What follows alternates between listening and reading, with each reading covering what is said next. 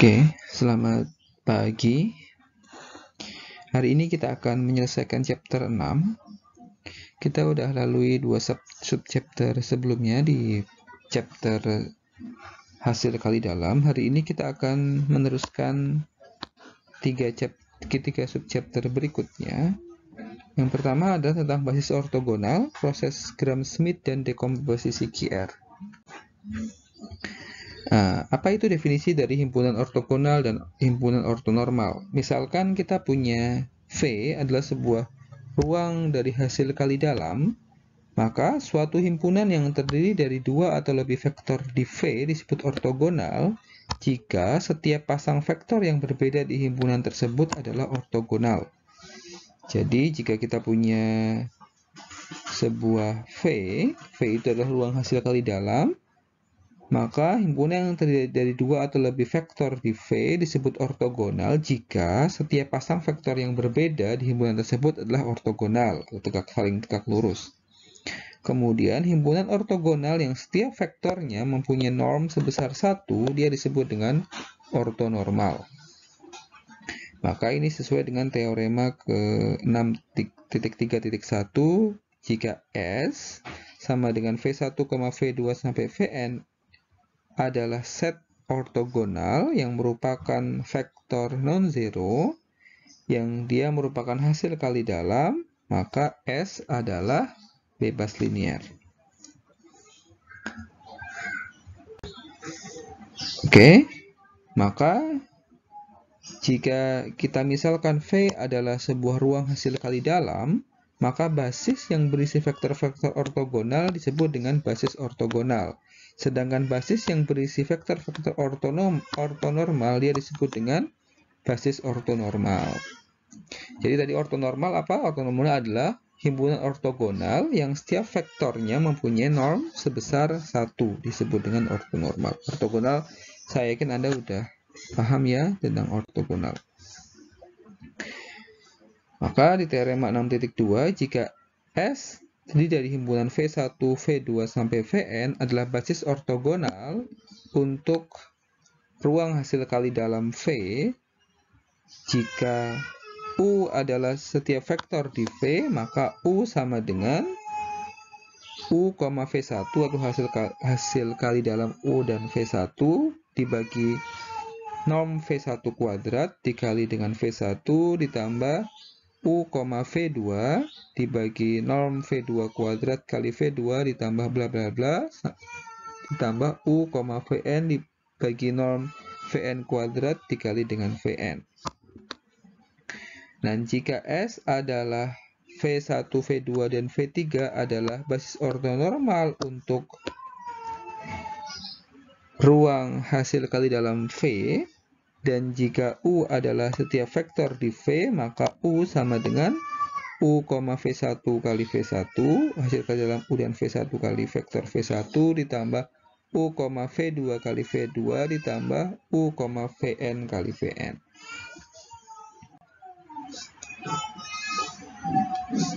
Maka jika V1, V2, Vn adalah basis ortogonal untuk V, maka koordinat vektor U di V yang relatif terhadap basis S adalah ini yang tadi ya, US sama dengan U, V1 dibagi V1 norm V1 kuadrat, U, V2 dibagi V2 norm V2 kuadrat sampai U, Vn hasil kali dalam U, Vn dibagi norm Vn kuadrat.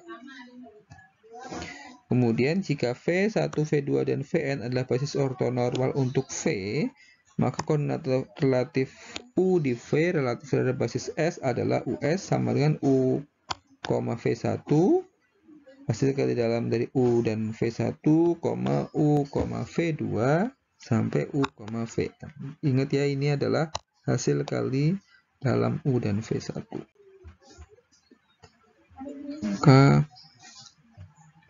ini adalah contoh 1, diberikan V1 sama dengan 0,1,0, V2 sama dengan min 4/5,0 3/5, dan V3 3/5, 0, dan 4/5.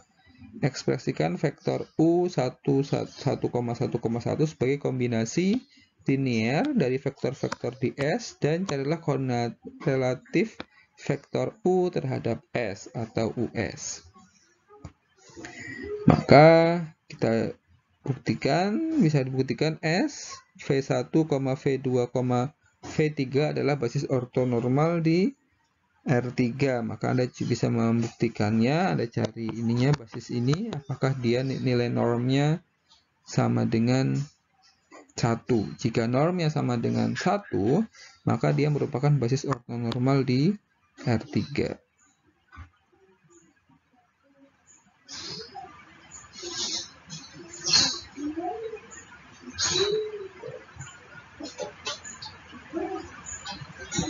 Ya, semuanya 1 ya. Ini kan akar dari 9/25 ditambah 16/25 sama dengan 1 ya. Yang ini juga ya.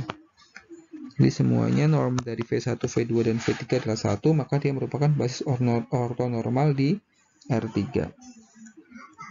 Kemudian hasil kali dalam U, V1 sama dengan ini. U adalah 1,1,1 dikalikan U 0,1,0 dapatnya 1.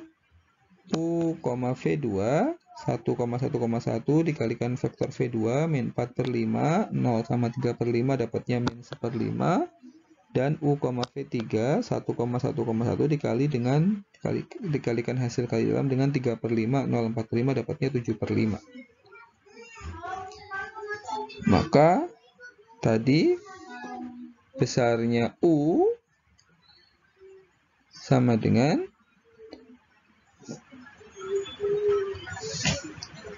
U tadi gimana cara mencari U? U sama dengan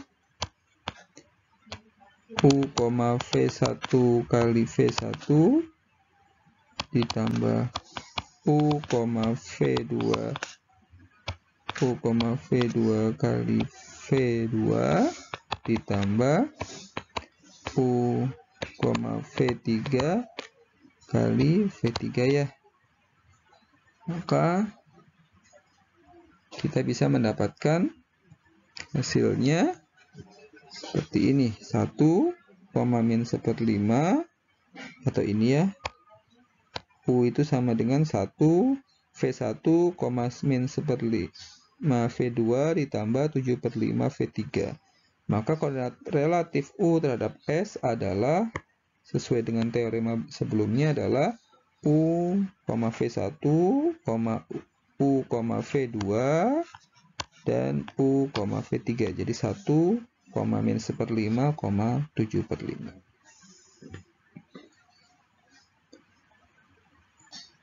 Jadi Anda harus membedakan antara koordinat relatif dan vektor U ya. Kalau vektor U maka ini, kalau koordinat relatif terhadap basis S adalah ini. Oke. Kemudian yang berikutnya adalah proyeksi ortogonal. Jika W adalah subruang dimensi berhingga dari hasil kali dalam V, maka setiap vektor U di dalam V dapat diekspresikan sebagai berikut. U sama dengan W1 ditambah W2, di mana W1 berada pada W dan W2 berada pada W tegak lurus W. Jadi seperti ini ya. Ini W, ini tegak lurus W, vektor tegak lurus W. Maka W1 ada di sini. Di sini ada W2 ya. Ini kita udah pernah belajar di proyeksi. Maka W1 sama dengan proyeksi U di W. Dan W2 adalah proyeksi U di vektor tegak lurus W.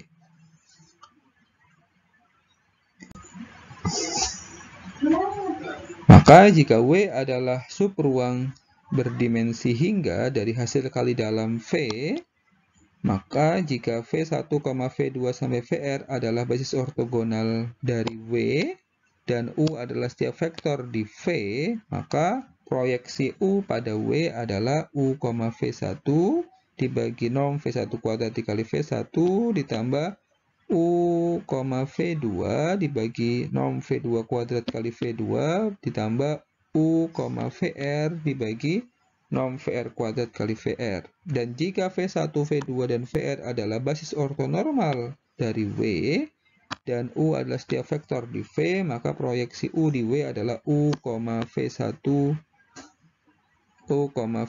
kali V1 ditambah U kali V2 kali V2 ditambah U, VR kali VR. Kenapa tidak ada norm V1? Karena untuk ortonormal tadi nilai normnya sama dengan 1. Maka yang bagian bawah dari proyeksi U terhadap W ini, persamaan ini kita tidak tulis karena nilai norm dari basis ortonormal adalah nilainya 1.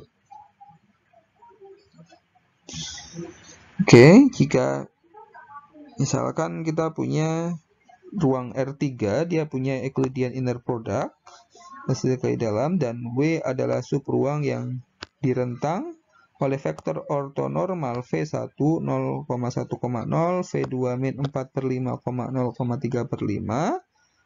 Maka dari persamaan 13, maka proyeksi ortogonal vektor U 1,1 pada W adalah, maka kita bisa menghitung karena ini merupakan basis ortonormal, maka proyeksi U di W adalah kita menggunakan persamaan 13 ya, U, V1 kali V1 ditambah U, V2 kali V2.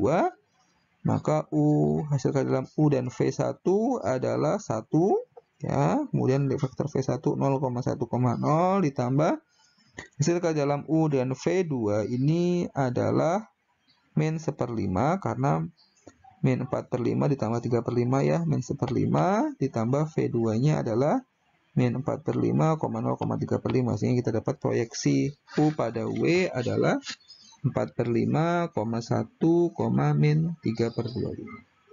Dan sekarang komponen U yang ortogonal terhadap W adalah, maka itu seperti proyeksi U terhadap vektor W atau U min proyeksi U pada W, maka kita masukkan U-nya 1,1,1, proyeksi U pada W adalah ini ya, min 4/5, 1, min 3/25, sehingga kita dapatkan 21/25, 0,28/25.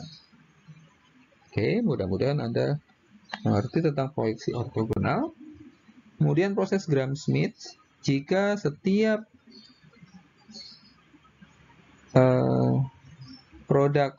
ruang produk hasil kali dalam dari suatu vektor tidak nol dengan berdimensi hingga,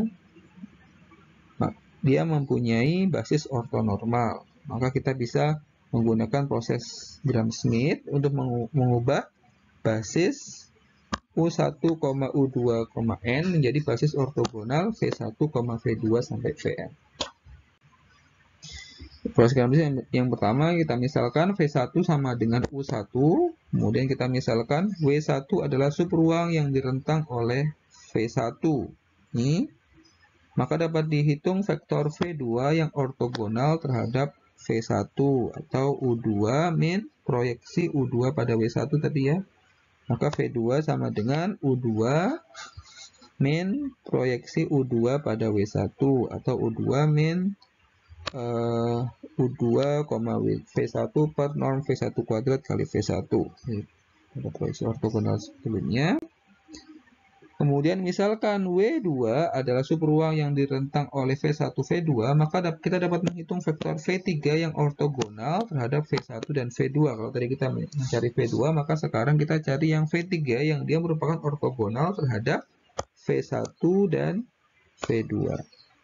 Maka V3 sama dengan U3 min proyeksi U3 pada W2 atau U3 min U3, V1 per norm V1 kuadrat kali V1 ditambah U3 min V2 per norm V2 kuadrat kali V2.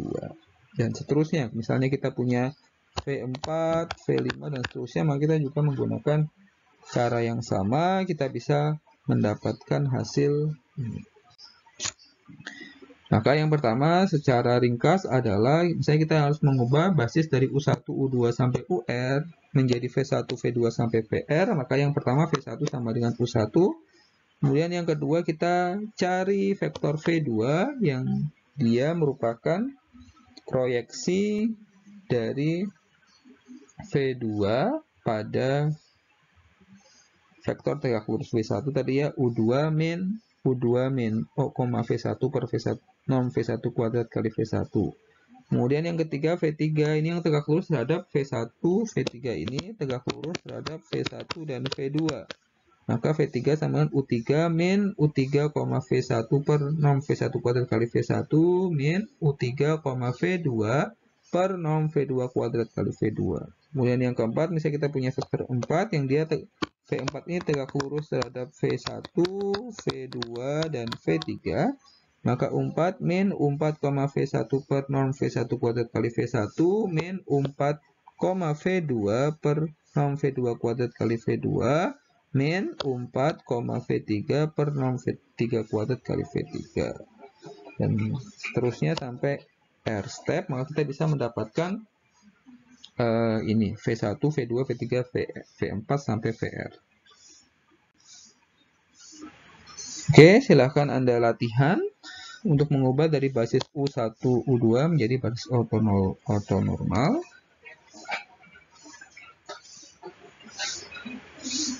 Kemudian contoh 3, gunakan proses Gram-Schmidt untuk mengubah vektor basis berikut. U1 sama dengan 1,1,1, U2 sama dengan 0,1,1, U3 sama dengan 0,0,1 menjadi basis ortogonal V1, V2, V3, kemudian menjadi basis ortonormal Q1, Q2, dan Q3. Mana caranya? Maka ikuti yang pertama, V1 sama dengan U1, tadi U1 sama dengan 1,1,1 ya. Kemudian kita cari V2. V2 sama dengan U2 min proyeksi dari U2 pada W1 atau U2 min U2, V1 per norm V1 kuadrat kali V1. U2-nya sama dengan tadi di soal sebelumnya, U2 sama dengan 0,1,1 dikurangi hasil dari ini U2, V1 dibagi norm V1 kuadrat adalah 2/3 dikali dengan vektor V1. Ya, ini kan vektor V1 ya, V1 sama dengan 1,1,1 sehingga kita dapatkan 2/3 kali 1,1,1 sama dengan min 2/3, 1/3. Lalu kita dapatkan vektor V3, U3 min proyeksi U3 pada W2 atau U3 min U3, V1 per norm V1 kuadrat kali V1 dikurangi U3, V2 per norm V2 kuadrat kali V2. Di persamaan yang sebelumnya kita dapatkan U3 sama dengan di soal dari 0,0,1 dikurangi sepertiga. Ini hasilnya sepertiga kali V1 1,1,1 dikurangi hasil yang ini adalah min sepertiga per 2/3 kali V2-nya adalah ini tadi ya. Ini V2-nya min 2/3, sepertiga sehingga kita dapatkan vektor V3 adalah 0, min setengah, setengah. Kemudian basis ortonormalnya sehingga kita dapatkan, kita bisa ringkaskan V1 adalah 1,1,1 dari yang kita selesaikan tadi. V2 sama dengan min 2/3, sepertiga, dan V3 adalah 0, min setengah, setengah. Dan basis ortonormalnya adalah Q1 sama dengan V1 per norm V1. Seperti ini, Q2 adalah V2 per norm V2, dan Q3 sama dengan V3 per norm V3. Oke, gitu kira-kira caranya ya, cara untuk mengkonvert satu basis ke basis ortogonal dan ortonormal. Kemudian di komposisi QR, jika A adalah matriks M kali N dengan vektor kolom yang bebas linear, maka A kita bisa faktorkan A sama dengan Q kali R, di mana Q adalah matriks M kali N yang dia merupakan vektor kolom ortonormal, dan R adalah N kali N yang dia merupakan matriks triangular atas yang invertible, yang tidak dapat di inverse ya.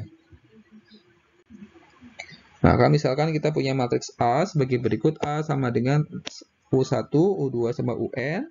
Maka hasil pengortonormalan U1, U2, UN adalah Q1, Q2 sama Qn yang tadi ya. Misalnya kita bisa mengubah ortonormal atau U1 dibagi dari norm dari U1 dan seterusnya, maka kita dapat Q1, Q2 sama Qn.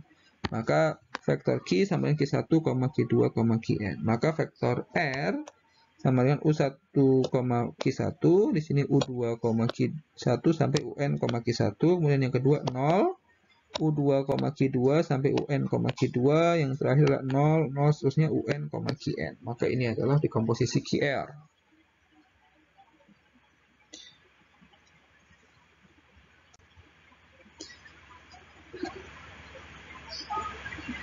Nah, contoh 4, silakan Anda latihan dekomposisi QR dari matriks berikut. Maka untuk yang 5, contohnya untuk matriks yang 3x3, hitung dekomposisi QR dari matriks A berikut. A sama dengan 100, 110, 111. Maka kita pecah vektor kolom dari A. U1 sama dengan 111, U2 sama dengan 011, dan U3 sama dengan 001. Maka kita lakukan Gram-Schmidt, maka kita dapat vektor kolom ortonormalnya.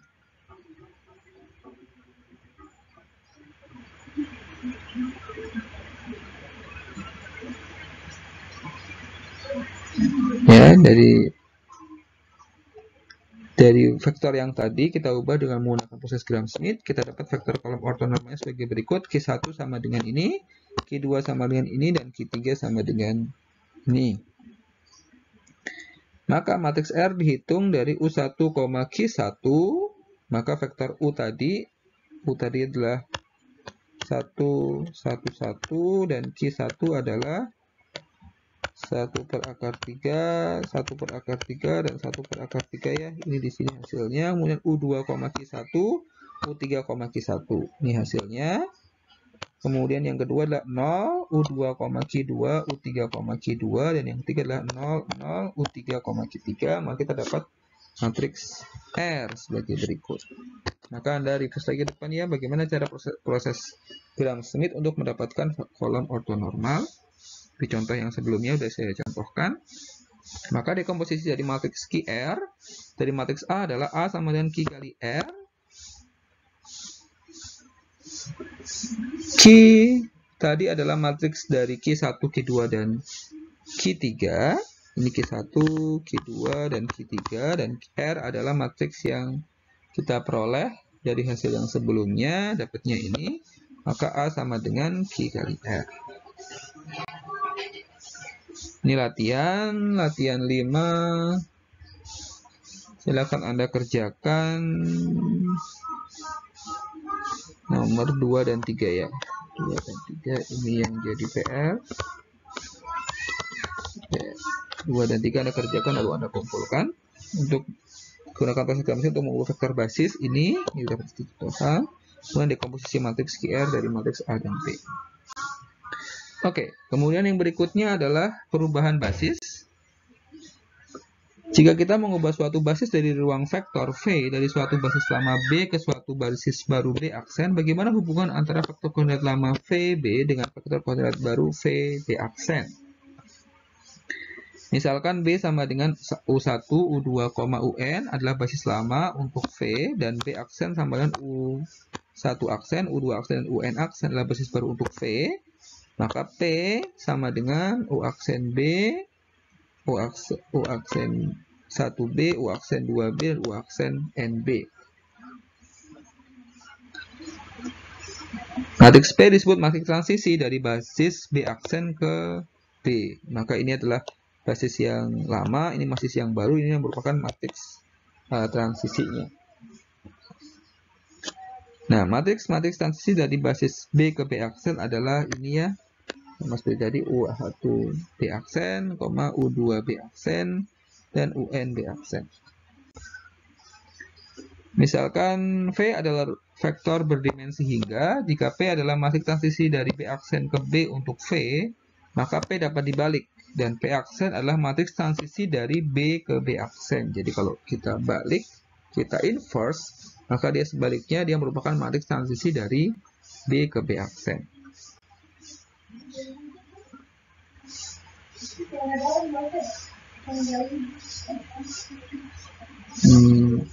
Oke, contoh kita lewatin ya. Maka cara untuk mengubah perubahan basis, pertama kita bentuk matriks B aksen sama B. Kemudian kita gunakan operasi baris elementer untuk mereduksi matriks D1 menjadi matriks epsilon baris. Kemudian hasil matriksnya akan menjadi seperti ini. Ini matriks I, matriks baris elementer. Kemudian ini adalah matriks P. P adalah tadi matriks transisinya. Kemudian ekstrak matriks ini menjadi sehingga kita bisa mendapatkan matriks transisi dari B ke B aksen. Maka ini awalnya ini basis yang baru. Misalnya ingin kita ubah apa, kemudian yang lama seperti apa, maka kita menggunakan basis elementer. Ini I, kemudian ini transisinya, kemudian kita bisa mendapatkan matriks transisi dengan menggunakan operasi baris elementer. Oke ya, saya rasa Anda ingat ya pelajaran di awal bagaimana caranya kita mengubah suatu matriks, kita inverse suatu matriks dengan menggunakan suatu matriks baris elementer.